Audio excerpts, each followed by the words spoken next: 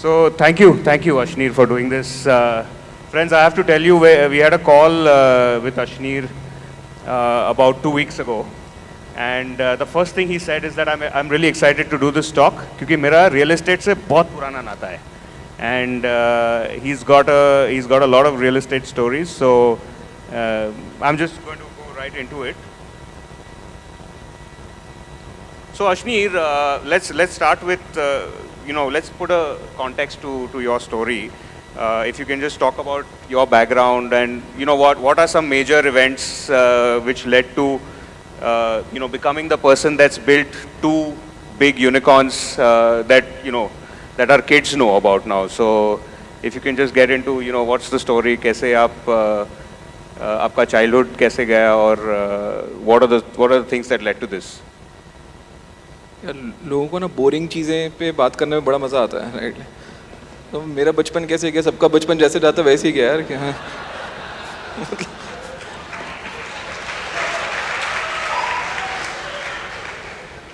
ये चाहता है कि मैं ऐसे टाइम पास करके चले जाऊं, कुछ कंट्रोवर्शियल बात ना हो। ये कुछ अलग एजेंडा लेके आए यहाँ पे। तो यार देखो, मैं I'm not here to disappoint you, right, by telling you sob stories, right? कुछ अच्छी बातें करते हैं ना, जैसे रियल एस्टेट की बातें करते हैं, राइट? कि तो यार मेरा I have unfortunately done a lot of real estate, right? And that's led to what I am, right, which is imperfect. तो मैंने अपना करियर शुरू करा था कोटक इन्वेस्टमेंट बैंकिंग से, राइट? ख़त्म भी कोटक के साथ ही हुआ, वो अलग चीज़ है। बट जब मैंने शुरू किया तो I don't know, some of you might know this gentleman called Vikas Cheema Kurti, right? Kotak real estate fund में काम करते हो। He was my first boss, right? And the second deal I did was a real estate deal.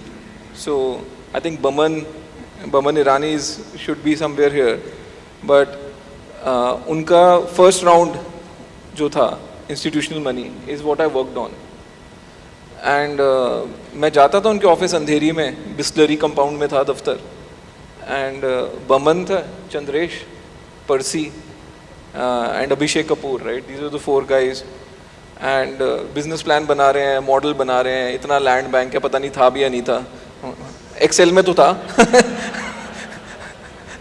असली में जाके किसी और की ज़मीन दिखा दी हो तो मेरे को पता नहीं. बट ये सब चल रहा था और मैं भी अपना सेकेंड ईयर ऑफ जॉब में था, फ्रेश मिंटेड MBA, राइट?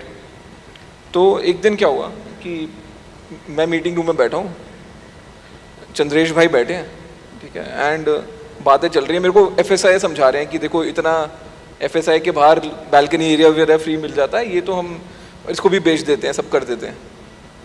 तो मैंने बोला ठीक है. मैं एकदम मुड़ के देख रहा हूँ, चंद्रेश भाई गायब, ठीक है. तो मेरे को लगा यार बंदा भी तो बैठा था, कहाँ चला गया?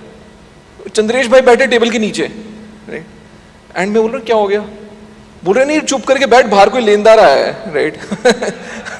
सो that's how I started understanding कि वो मतलब as a real estate developer what do you have to go through, right? अभी तुम बैठ के किसी को समझा रहे हो कि भाई देख मेरे पास इतना FSI है, सबकी वैल्यूएशन लिया, और दूसरे मिनट गायब होकर टेबल के नीचे घुस गए. So that's where I sort of वो डील हो गई थैंकफुली. चंद्रेश भाई was very nice.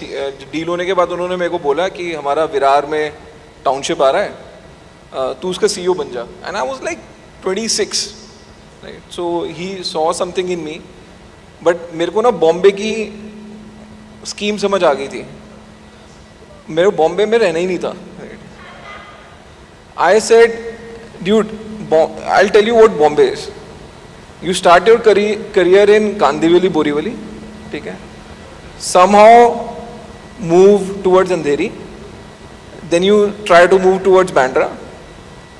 If you really make it, you'll come to Worli, and if you've actually made it, you'll end up in South Bombay. तो basically सबको अपनी शमशान south Bombay में चाहिए, ठीक है. And that was like the Bombay life for me. So I said नहीं होने वाला सर, मैं भाग रहा हूँ. तो दिल्ली आ गया. उसके बाद भी यू नो एक बार आपने रियल एस्टेट कर लिया, आपके हाथ तो काले हो ही गए हैं, तो वही करो.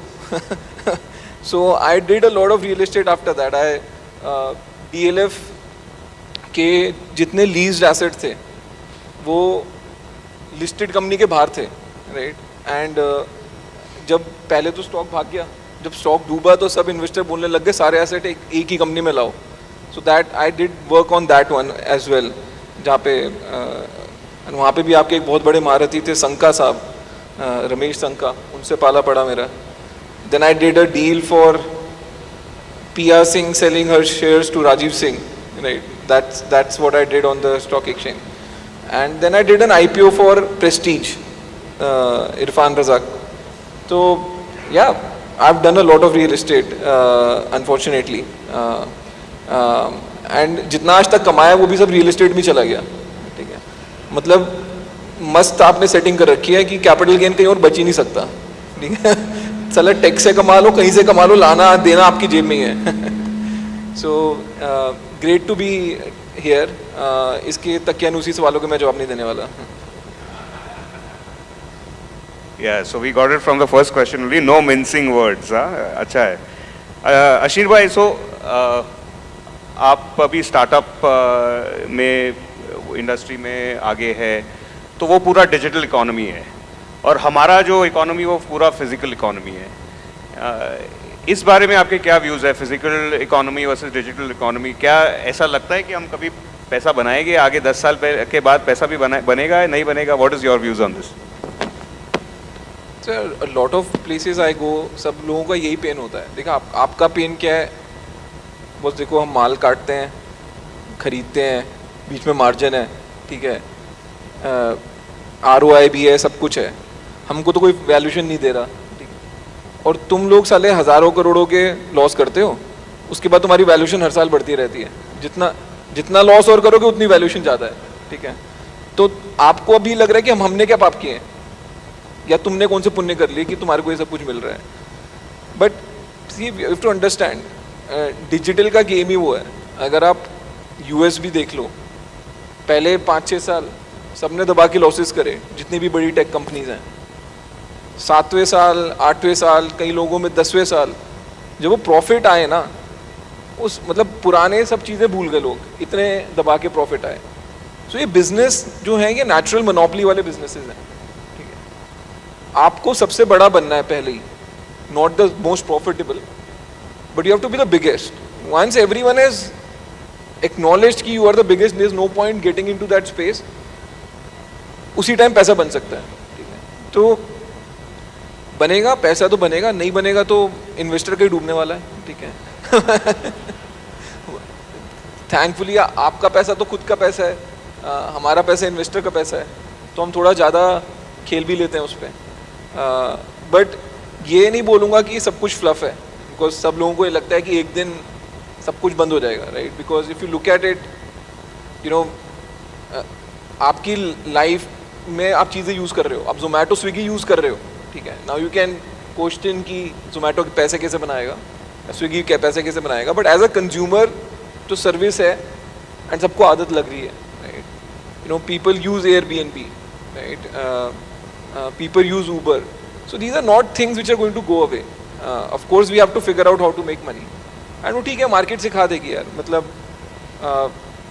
मेरे को ये लगता है अगर किसी को धंधा आता है उसको टेक सीखने में ज़्यादा प्रॉब्लम है. किसी को टेक आता है, बिजनेस वो सीख लेगा. That is my philosophy. And नहीं सीखेगा तो बंद हो जाएगा, you know, no love lost.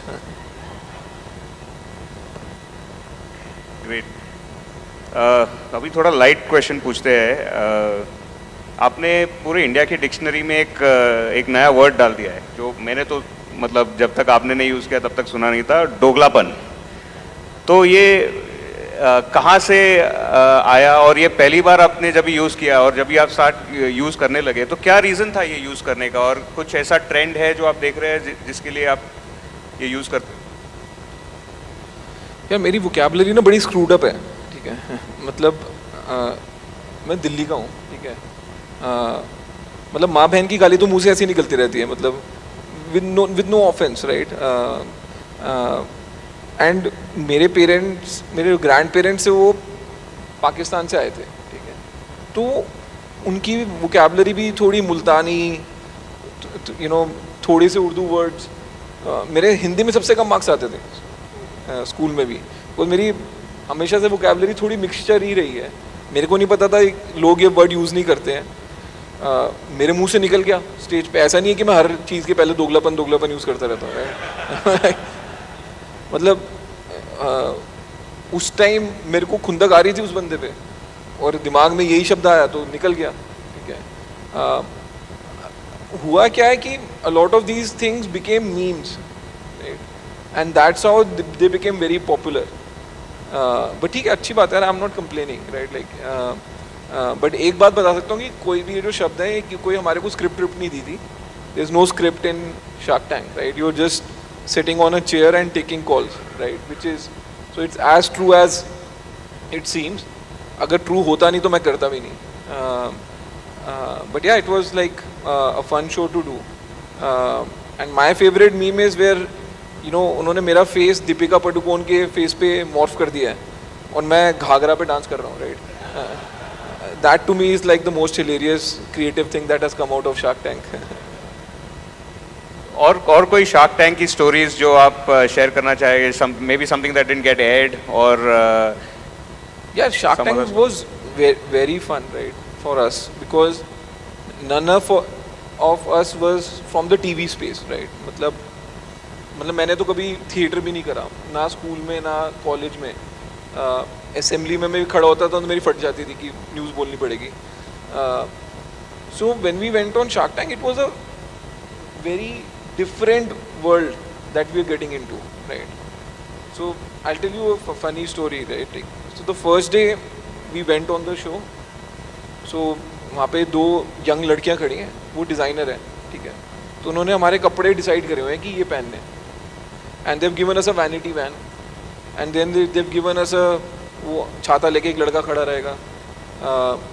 तो वी आर वेरी सरप्राइज, ठीक है यार, ऑन्टोराज मिल गया मतलब पहले दिन ही, right. And then these 2 girls come up and says कि सर आपके कपड़े रेडी हैं, हम पहना दें, राइट. एंड मैं मन खुश हो रहा हूँ, बहुत सी यार, ये तो मैंने सोचा नहीं था. And my wife is standing next to me and she saying कि भाई हो गया सर, खुद पहन लेंगे, तो आप चाहो यहाँ से. Then she goes to the producer and says कि भाई तुम कर क्या रहे हो इनके साथ, मतलब ये मिडिल क्लास के लड़के हैं, इनको इतने वो मत दो. साला अगले दिन हम सेट पे पहुंचे, छाता वाला भी नहीं खड़ा. तो यू नो, एंड अमन मेरे को बोल रहा है यार तेरी बीवी हर रोज आएगी. तो and the other, like on the set it was too much fun यार. मतलब like the kind of characters who would come. See उन्होंने बोला कि कुछ 60,000 एप्लीकेशन आई थी, हमने शॉर्टलिस्ट करी, उसके बाद भी ना भी जैसे लोग आ गए, ठीक है.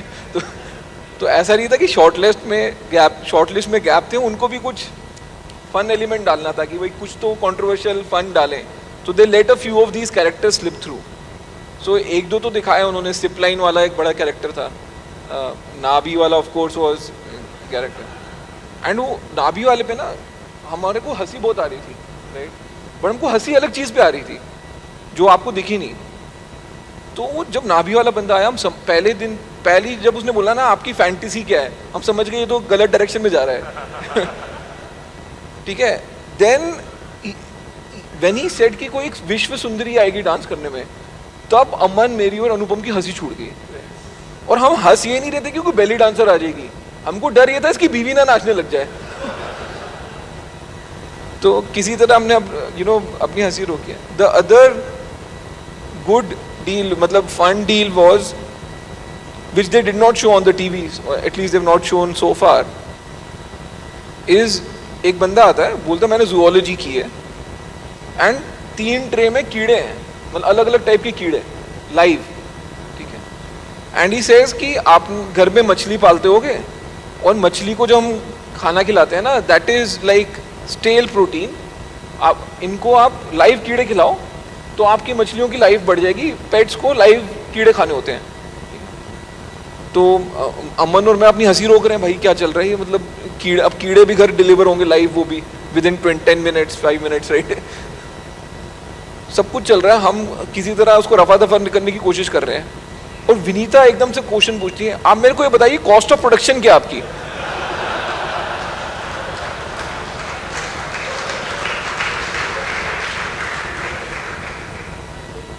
हम लेंगे कि यार हिंदुस्तान है, 130 करोड़ लोग हैं, अभी तक समझ आ जाना चाहिए तो कॉस्ट ऑफ प्रोडक्शन कुछ नहीं है। सही है। सो अशी रियल एस्टेट बिजनेस जो है वो अभी आपको जैसे पता रहेगा, last 5-6 years we went through you know sort of a recession, और अभी फाइनली अभी मार्केट अच्छा है तो सब लोग रैंप अप कर रहे हैं. So lot of us are working like startups because we are ramping up so fast. तो एंड में धंधे के रूल्स तो धंधे के रूल्स होते हैं. तो ऐसे आपके कोई धंधे के रूल्स है जो आप that you stick to and that you would like to share with us? यार मेरे पास कोई रूल वूल नहीं है, कोई मैं बाबा तो होने की प्रवचन दूंगा, ठीक है. मेरे को एक चीज़ पता है कि don't get excited by the startup side, ठीक है. बिकॉज ये जो at least people outside the startup world जब वो स्टार्टअप को देखते हैं ना, the first thing you look at is huge numbers, saying 18 billion 3 billion, right. 100 unicorn है, मतलब 100 कंपनी की वैल्यूएशन 1 बिलियन से ऊपर है. So people get excited by all these things, and वो unfortunate part है because मीडिया में दिमाग है नहीं, तो उनको तो बड़े नंबर करके उसको ग्लैमराइज करना है. तो ना बहुत स्टार्टअप वर्ल्ड को ग्लैमराइज कर दिया है, मेरे को लगता है थोड़ा ओवर हाइप कर दिया है over the last few years. Business का एक ही रूल है यार, जितने पे माल बेच रहे हो और जितने पे खरीद रहे हो उसमें बीच में आपको मार्जिन कमाना, और कोई रूल ही नहीं है. मतलब मैं धंधा करने के लिए 5th क्लास की मैथ्स आनी चाहिए, कोई डिफरेंशियल इंटीग्रेशन थोड़ा आता है किसी को. तो I just tell people stick to the basics यार. मतलब don't justify your losses saying कि मैं स्टार्टअप कर रहा हूँ. ठीक है कि अगर आप कुछ बना रहे हो महंगे पे बेचो, सस्ते पे खरीदो, and make sure you are adding enough value to the customer. As real estate मेरे को लगता है कि थोड़ा सा एक्सपेरिमेंटेशन ज़्यादा चाहिए, right. It's like if you just in the mindset of selling square feet, then it becomes like a jewellers business, right. Saying कि जी इतना ग्राम सोना लगा है, इतनी मेरी मेकिंग चार्ज है, इतने में ले लो, right. But the can you create things which are like Rolex, right. Saying तेरे को क्या लेना देना है, 10 लाख की है, खरीदनी है खरीद, वरना मेरे पास 2 साल की वेटिंग है, right. So I think there is a huge market out there. You can build once you get out of the per square feet mindset, right. But someone has to do it. और startups में see technology and people I am guessing are the two main things. तो what is your team size, और आप लोगों के साथ जब भी आप हायर कर रहे हो या पार्टनर कर रहे हो, तो आप क्या देखते हो लोगों में जो आप बोलते कि ये बंदा सही है और इसके साथ काम करना चाहिए? Actually, I've been very bad in my people decisions, right. मतलब ये तो कॉन्ट्रा क्वेश्चन है कि क्या नहीं करना चाहिए आप बता दो. No, see when I was building, यार मेरा ना एक सिंपल था कि I always had the best of intention to build a big business, ठीक है. So I was getting people in purely based on their competency, saying कि मैं जो बनाना चाहता हूँ उसमें ये बंदा वैल्यू ऐड कर सकता है नहीं कर सकता है, या मेरे साथ पेस मैच कर सकता है नहीं कर सकता है. And I was in tearing hurry, right. Because मैंने जब धंधा बनाना शुरू करा तो पेटीएम ऑलरेडी $16 बिलियन की कंपनी थी, उसके अगेंस्ट मेरे को बिजनेस बनाना था, right. So I had to build the business before Paytm, PhonePe, Google Pay started getting into my space. One thing I did not pay attention to is loyalty, in the sense कि यार मैं इस बंदे को अंदर ला रहा हूँ, बंदा स्मार्ट है, बट उसकी इंटेंशन सही रहेगी. Would he be loyal to me, would he be loyal to my cause, because I am going to interest him with a lot more things to make him run faster.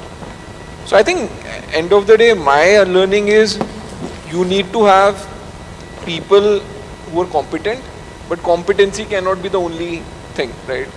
You need to have people who will also be loyal, and coming in for the good intention.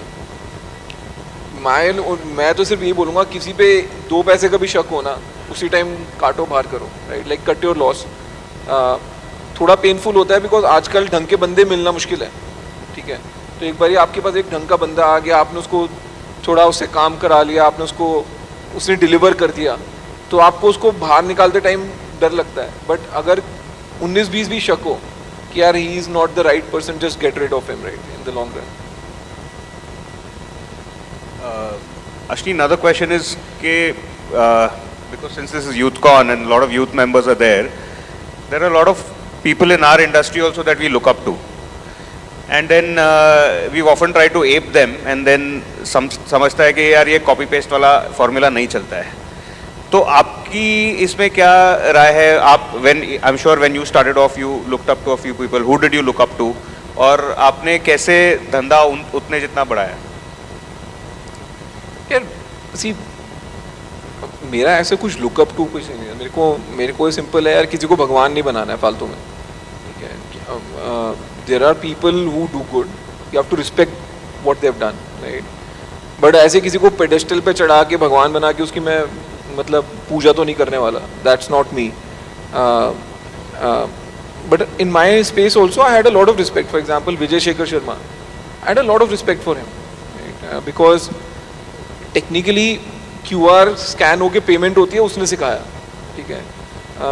मतलब tunnel उसने खोदी है, हमने तो बाद में आके अपनी रेल बिछा दी और उस पर चल पड़े. But he did the hard work for lot many years. तो yeah I think the only thing you have to be true about is your customer, ठीक है. मतलब गेम तुम्हारे और कस्टमर के बीच में ही है एंड ऑफ द डे. बाकी सब लोग तो बीच में आके फिट होते रहेंगे. तुम्हारा को फाउंडर भी आ जाएगा, बैंकर भी आ जाएगा, इन्वेस्टर भी आ जाएगा, यू नो, तुमको कुछ कंप्लायंस का चाहिए वो भी आ जाएगा. But as a founder the game is between you and the customer, right.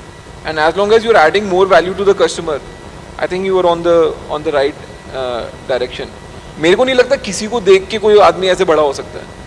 मतलब अंदर से ड्राइव आनी चाहिए ना. मतलब देखने को तो ऐसे बहुत लोग हैं, बट खुद की ड्राइव होनी चाहिए और कुछ तो अलग होना चाहिए, right. If you are just a copy of the other person, you know, by virtue of being the second copy, you will be less valuable always. तो let's take that forward. So customer को आपने तभी समझा, तो ऐसी क्या चीज़ थी जो आपको लगा कि आपने कस्टमर के बारे में समझ ली है जो शायद आपके कंपेटिटर्स को नहीं समझी है?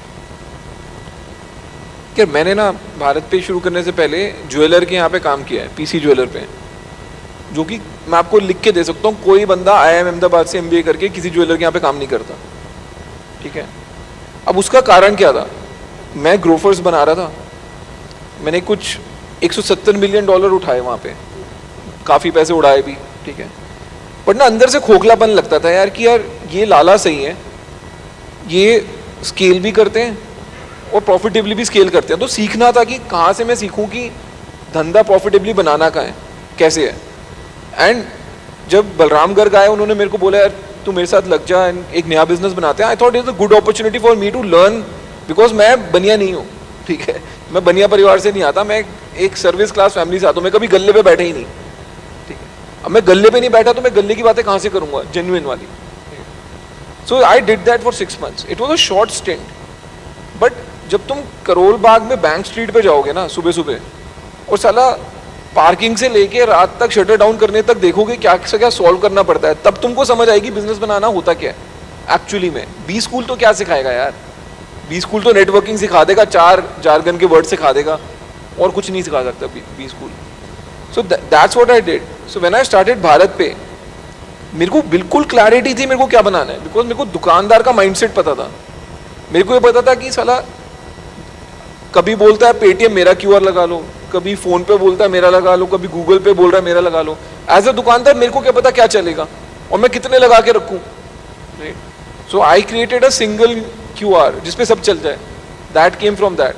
सेकेंड, जब मैं Amex में काम करता था, Amex एक्सेप्टेंस के दुकानदार के 2.6% चार्ज करते थे हम, और वो रोता था. मतलब आप क्या कहते हैं, खान मार्केट में भी चले जाओ ना और Amex का कार्ड दो, 1 मिनट के लिए बोल देगा सर मशीन नहीं चल रही है Amex की, और कभी मशीन नहीं, ऐसा नहीं था, उसको पता था इसके पास वीजा का कार्ड है, इसने मेरे को वीजा का कार्ड दिया, मेरा 1% बच जाएगा प्रॉफिट प्योर, ठीक है। और अगर खुंदक में आके कैश मार गया मुंह पे तो और भी अच्छा है सभी बच गया। तो इंडियन मर्चेंट को पेमेंट्स के पैसे नहीं देने थे, so I made the payment fees zero. मतलब पूरी इंडस्ट्री पे अगर आप देखो मैंने 2% बचाया रिटेल पे बाय मेकिंग भारत पे, because by just making payment zero. अब तीसरी चीज आ जाओ, ठीक है यार पेमेंट्स तो फ्री में आ रही है, अब क्या करना है भाई, लोन चाहिए उसको धंधा करने के लिए, कोई बैंक लोन नहीं देता है। मैंने उसको लोन देना शुरू करा कि ठीक है मेरे को पता है तेरा इतना का धंधा है, एटलीस्ट मेरे क्यूआर पे कितने का धंधा कर रहा है, 50,000, 30,000, 1 लाख, मैं तेरे को उसके हिसाब से लोन दे दूंगा, ठीक है। एंड मेरा लोन बहुत सिंपल था, 30,000 रुपये का धंधा करते हो, 1 लाख रुपए का लोन ले लो और 2% per month non reducing interest है, तो 1,24,000 रुपये वापस करने हैं साल में। मैं 400 रुपये हर रोज के काट लेता था, बट अगर आप 400 रुपये हर रोज के काट रहे हो ना, वो 48% का धंधा है, ठीक है। सो that's what I build and they रहा है कस्टमर। 10,000 करोड़ रुपए डिसबर्स किए हैं मैंने यार इन लाइक 1.5 years, राइट। अब जब थोड़ा सा आप पैसा डिसबर्स करने लगोगे, आपका धंधा पैसा लगाने का है, तो पैसा होना भी तो चाहिए, रॉ मटेरियल तो पैसा है। तो मैं कभी बैंक के पास नहीं गया, ठीक है, मेरे को पता था बैंक वालों, मतलब बैंक वालों से मेरी अलग खुंदक है, मैं बाद में आऊँगा, बट मेरे को क्लियर था कि मैं किसी के जाके पाँव नहीं पड़ने वाला, ना एनबीएफसी के ना बैंक के। तो मैंने क्या सिस्टम बनाया, मेरे क्यूआर पे साल के 1.5-2 लाख करोड़ रुपए ट्रांजैक्ट होते थे। तो मैंने दुकानदार को बोला यार तू एक दिन के लिए भी पैसा रखेगा ना, एक रात के लिए भी, मैं 12% के हिसाब से इंटरेस्ट दूंगा। तो अगर एक दिन के लिए रखा 12% डिवाइडेड बाय 365 इंटू जितना भी अमाउंट रखा रात का, आई वॉज सरप्राइज्ड। बंदा ने कभी मेरी शक्ल नहीं देखी, कभी कुछ इतनी ब्रांडिंग नहीं करी हमने, but people use to save money 12%, right. And करना क्या है, 12% यहां से लिया, 48% पे चढ़ रहा है सामने, 36% निम का बिजनेस बनाया एंड प्योर टेक। कोई किसी से चेक नहीं कलेक्ट करना, कोई इनैश मैंडेट नहीं लेना, अपने सिस्टम पे धंधा चल रहा है। तो for me it is like saying customer से पूछ लो ना। मैं आपको सिंपल बताता हूँ, ये 12% वाला आइडिया आया कहाँ से। करंट अकाउंट में हिंदुस्तान में ब्याज नहीं मिलता, क्यों नहीं मिलता, कोई बता दो आप में से मेरे को, किसी को नहीं पता। बैंक वाले से भी पूछोगे ना, वो कन्वीनियंट जवाब दे देगा, आरबीआई अलाउ नहीं करता, ठीक है। मतलब धंधे वाले का स्पेयर पैसा पड़ा है या एक सैलरी वाले का स्पेयर पैसा पड़ा है तो पैसे ही ना। तो आप धंधे वाले को चलो 4% तो दे दो, सेविंग्स वाला रेट तो दे दो, वो भी देने को कोई तैयार नहीं है, राइट। सो मैंने 12% का बनाया, तो there was the market standing there saying कि ठीक है यार, बटन दबाते ही मेरे अकाउंट में पैसे आ जाएंगे, रख ले, 4 दिन के लिए रख ले, मेरे को 1 महीने के लिए नहीं चाहिए, 1 महीने के लिए रख ले। So you have to be like, to me the market was speaking to me at that point of time. मतलब मैं जो छू रहा था वो बन रहा था, वाज द स्टोरी। अब मैंने एक पोस्ट पे करके प्रोडक्ट बनाया, सिंपल फिलॉसफी थी। आप हिंदुस्तान में एसी खरीदने जाओ, ठीक है, आपको 4 महीने से लेके 12 महीने तक की किस्त मिल जाएंगी, 4 सर्विस प्रोवाइडर वहीं पे बैठे हैं क्रोमा पे, या आपका क्रेडिट कार्ड पे ही वो बोल देंगे कि आप स्वाइप करो, आप इसको ईएमआई में कन्वर्ट कर सकते हो। My point was that AC कितनी बारी खरीदता बंदा, ठीक है, मेरे को गोलगप्पे ईएमआई पे खाने हैं, खिलाओ। That was my question to my team, मेरे को गोलगप्पे ईएमआई में खाने हैं यार। So I build Postpe saying QR पे भी ट्रांजैक्शन होगी ना, वो भी ईएमआई में कन्वर्ट हो सकती है। So I think there is a lot to do in India. थोड़ी अंग्रेजी कम बोलोगे तो सब समझ आ जाता है।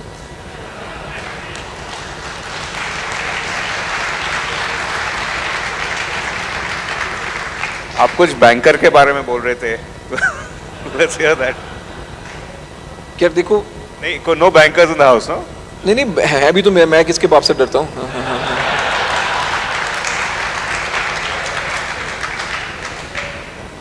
मेरा बैंकिंग के साथ एक ही खुंदक है साला, वो लाइसेंस धंधा है, लाइसेंस का धंधा है, ठीक है। एंड बिकॉज वो लाइसेंस का धंधा है, आप कस्टमर को समझते हो चूतिया, that is my problem, right.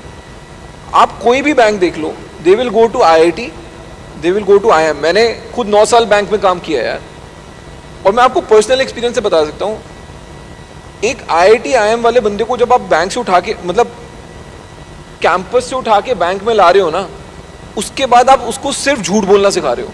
That is the only upskilling you are doing. Saying boss finance आता है तेरे को, अच्छा है, भूल जा, अब तू झूठ बोलना सीख, ठीक है। It is a business of misselling, there is nothing else to banking. पूरी दुनिया को पता है जिसको पैसा नहीं देना है साला उसके पास सब बैंक की लाइन खड़ी है, ठीक है, और तुम सबसे ज्यादा ब्याज देने को तैयार हो, तुम्हारे पास बंदा नहीं खड़ा, कैसे हो सकता है यार ये, ठीक है। तो you know, and that is my like the peeve with banking. My fundamental belief is कि it is the biggest cartel in the country, right. It is not cement, it is not real estate, वो हम लोग तो बदनाम है, but असली जो cartel है ना, जो पढ़े लिखी कार्टेल है, वो बैंकिंग की है, राइट। एंड जब तक वो सॉल्व नहीं होएगी, जब तक लोगों के जेब में पैसा नहीं जाएगा धंधा करने के लिए, तो कहाँ से, मतलब मोदी जी बोलते रहे 5 ट्रिलियन 5 ट्रिलियन, राइट, और पहुँचाने में जान निकल जाएगी यार। बैंकिंग सॉल्व करनी है तो मेरे को तो, and in fact after all that I build, I actually saved a bank which is PMC bank, right. वो बदावन साहब ने तो लगा दी थी उसकी लंका, ठीक है, मैंने उसको जाके PMC बैंक को बचाया है, 10 लाख डिपॉजिटर का पैसा वापस करा मैंने, ठीक है, to get that bank license. I am the only fintech founder ever to be given a bank license. Sachin बिंसल को नहीं मिला आज तक, and end of the day bank वाले स्पूक हो गए कि साला ये तो 12% ब्याज भी दे रहा है, टैक्स से धंधा भी कर रहा है, तो ठीक है, वो हो गया सब। तो ये थर्ड यूनिकॉर्न यही स्पेस में है या समथिंग एल्स? नहीं यार, मेरे को लगता है आप लोगों को मेरे से उम्मीद बहुत ज्यादा है, राइट। मतलब ठीक है, बना लूंगा, बट अभी तक भी बनाया ही है। मतलब ऐसा कई बार ना, when you are too successful then you become your own victim, right, saying कि अच्छा जी आपने ये तो कर लिया, अब और क्या कर रहे हो, अब भाई ये तो किया, ये तो इस पे तो ताली बजा ले पहले।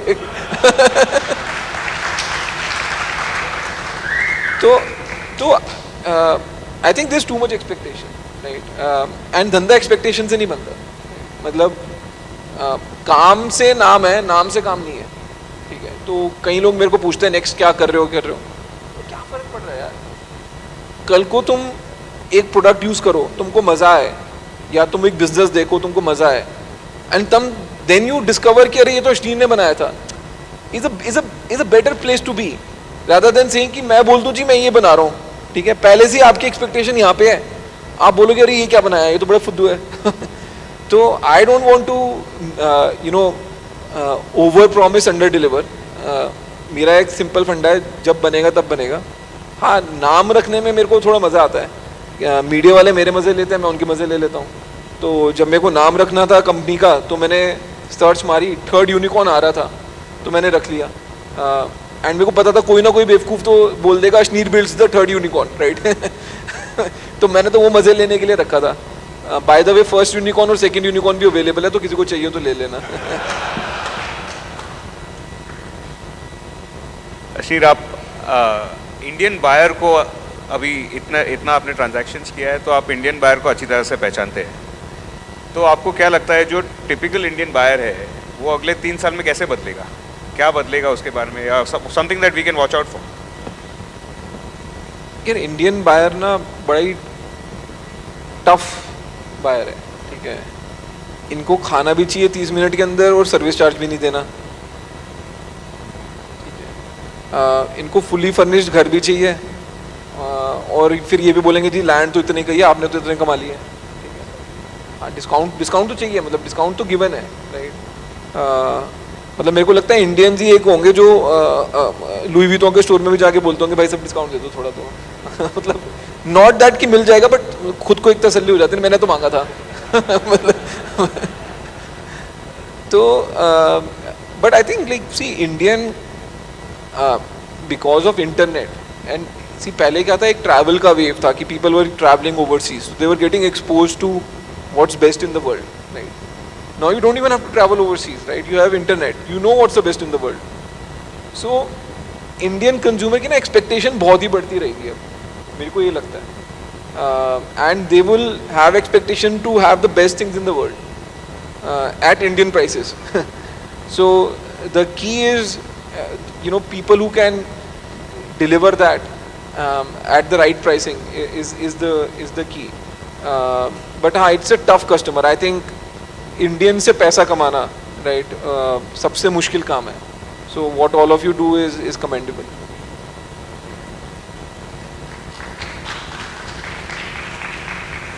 Maybe last few questions.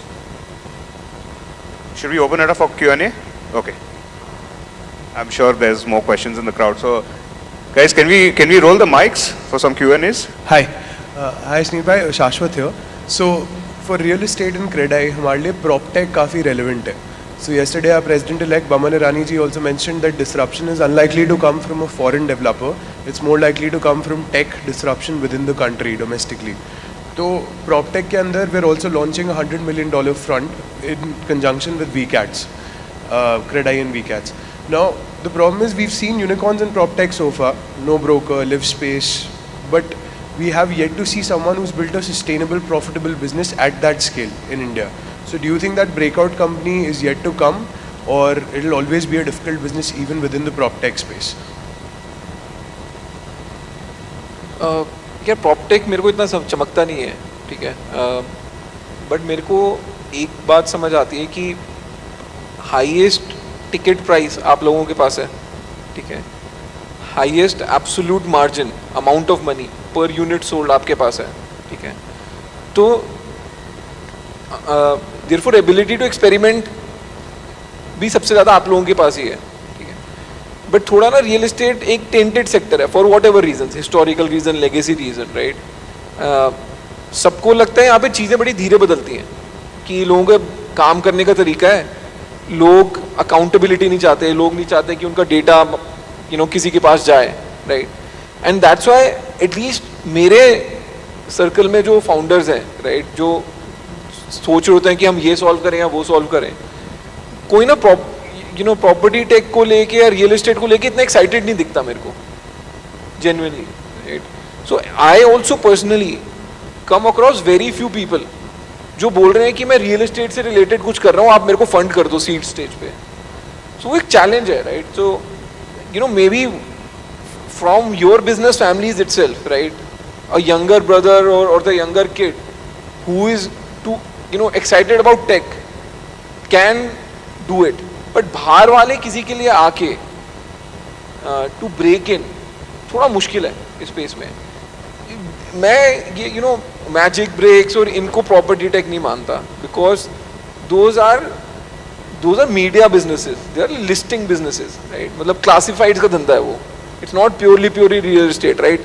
जो उसमें तो जो गाड़ी के लिए एप्लीकेबल है वही मकान के लिए एप्लीकेबल है in from a technology perspective, right.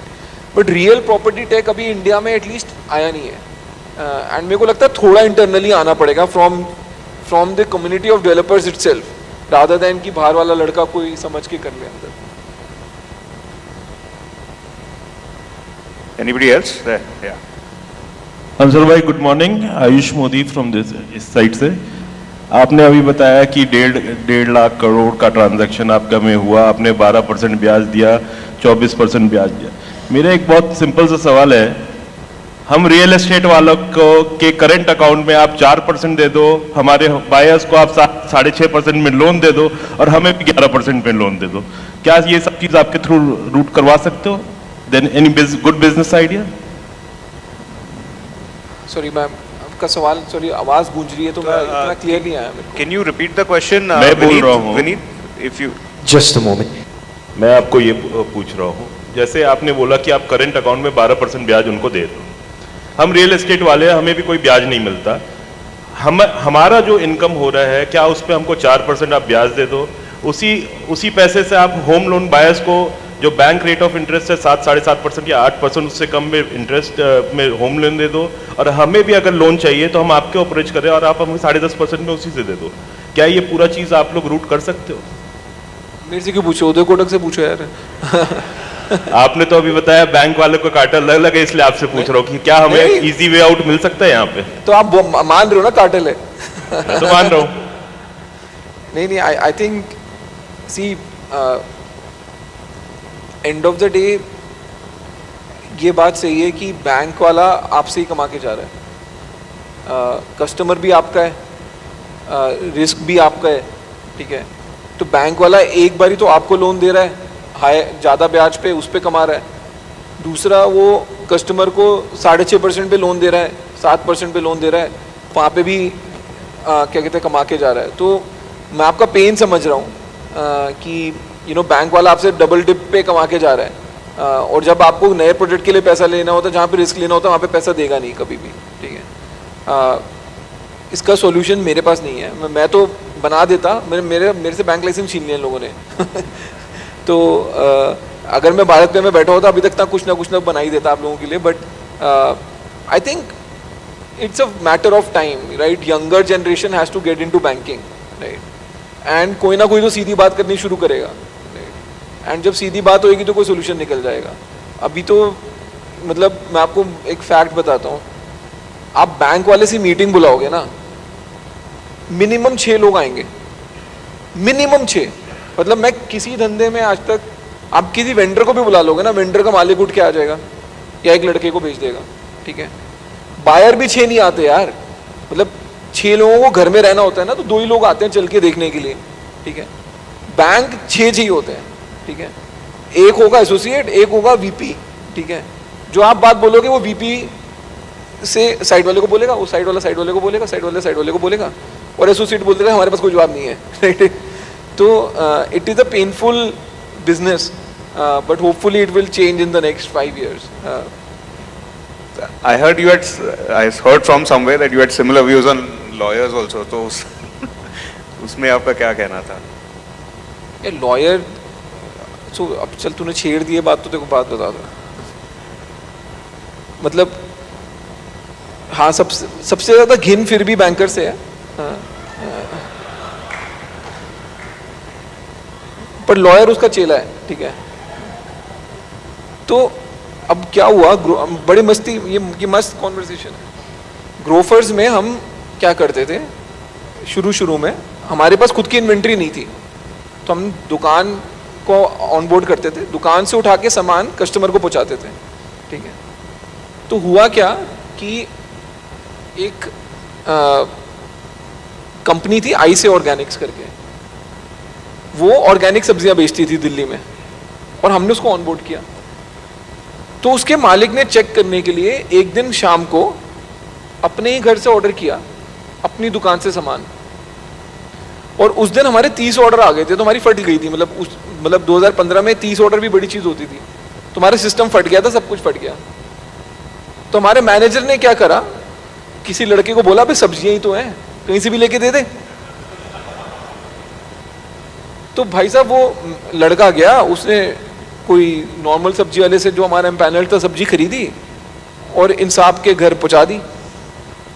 अब उस साहब को पता है मेरे यहाँ से तो माल आया नहीं, उठाया ही नहीं, तो उनको तो फितूर चढ़ गया, ये तो साले तुम मेरे साथ फ्रॉड कर रहे हो, ठीक है। और वो थोड़े इन्फ्लुएंशियल टाइप बंदे भी थे, वो जीके में रहते थे, उन्होंने थाने में केस कर दिया, ठीक है। एंड नेक्स्ट डे, ये संडे को हुआ है, मंडे को मैं ग्रोफर्स ज्वाइन कर रहा हूँ, ठीक है। तो मैं अगले दिन सुबह आया, बोल रहे हैं यार कल पंगा हो गया है, सॉल्व कर दे। मैं बोला ठीक है। तो मैं बोला करना क्या है, कह रहा एंटीसिपेटरी बेल चाहिए। मैंने बोला साले मैं अपना एमएक्स की नौकरी छोड़ के आया, तो मेरे क्या काम करा रहे हो, राइट। तो ठीक है, मतलब मेरा first folder on my new laptop was anticipatory bail, ठीक है। मतलब so that is what you have to deal at as a startup. It doesn't end there, it's real fun.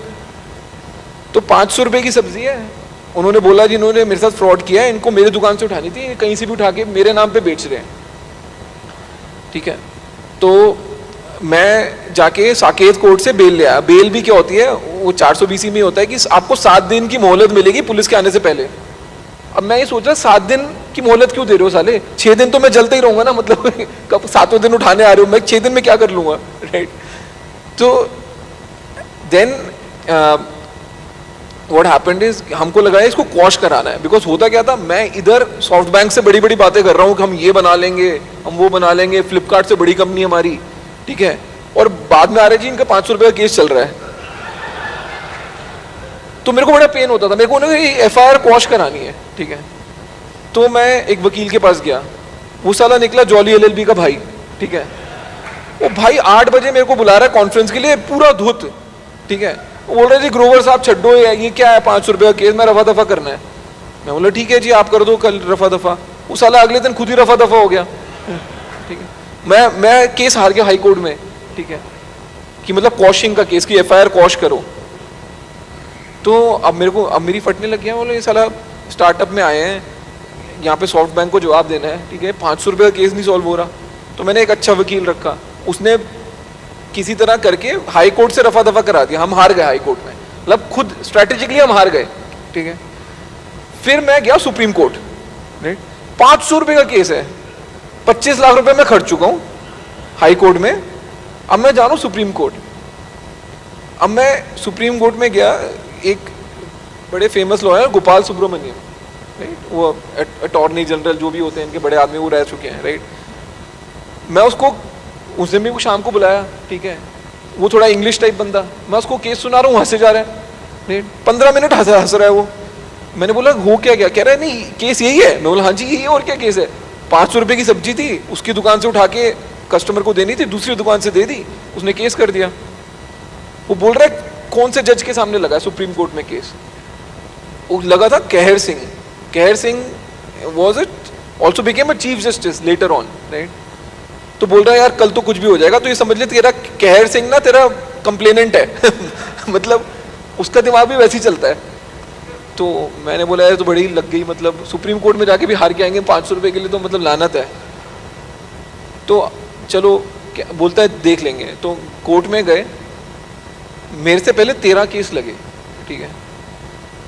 इधर वकील बोल रहा है जनाब, उधर ऐसे ठक करके आवाज आ रही है, वो कहर सिंह फाइल उठाता था ऐसे नीचे फेंकता था, ठक, खत्म, केस खत्म, ठीक है। 13 केस ऐसे गए हैं, जनाब ठक, जनाब ठक, मेरी ओर लगी जाए। अब हमारा केस आया, गोपाल सुब्रमण्यम बोल रहा है sir this is the most interesting case of my life. तो कहर सिंह ने फाइल तो उठा ली थी फेंकने के लिए, तो उसको लगा मैं भी बोर हो रहा हूँ, ठीक है। तो ठीक है गोपाल सुब्रमण्यम बोल रहा है इसका इंटरेस्टिंग केस ऑफ लाइफ है, सुन लेता हूँ 2 मिनट। उसने फाइल वापस रख दी। तो बोलता है जी आप मेरे को बताओ, आम वाले ने आम बेचा आपको, बोला जी बहुत मीठा है, मीठा नहीं निकला, ठीक है। अब हिंदुस्तान में सब जाके FIR करते रहेंगे, जुडिशियल सिस्टम ये बना रखा आपने, ठीक है। कहर सिंह सुनता रहा, तब भी उसको वो नहीं हुआ। फिर Gopal Subramanium being, and Supreme Court ना ऐसे मैटर पे नहीं डिस्कस करता, वो कॉन्स्टिट्यूशन पे डिस्कस करता है मैटर्स। तो Gopal Subramanium was very smart, he said no this is a matter of law. मैंने बोला पता नहीं मैटर ऑफ लॉ कहाँ से हो गया यार, मतलब इसमें क्या रहा है, where are the vegetables. And मैं सोच रहा हूँ ये मजाक कर रहा है क्या कर रहा है, कह रहे नो 400 BC का केस है, किसी की प्रॉपर्टी पे किसी और ने कब्जा किया है, प्रॉपर्टी कहाँ है। तो पुलिस हैड टू, वो जो सब्जियां थी उनको प्रिजर्व करके रखना था।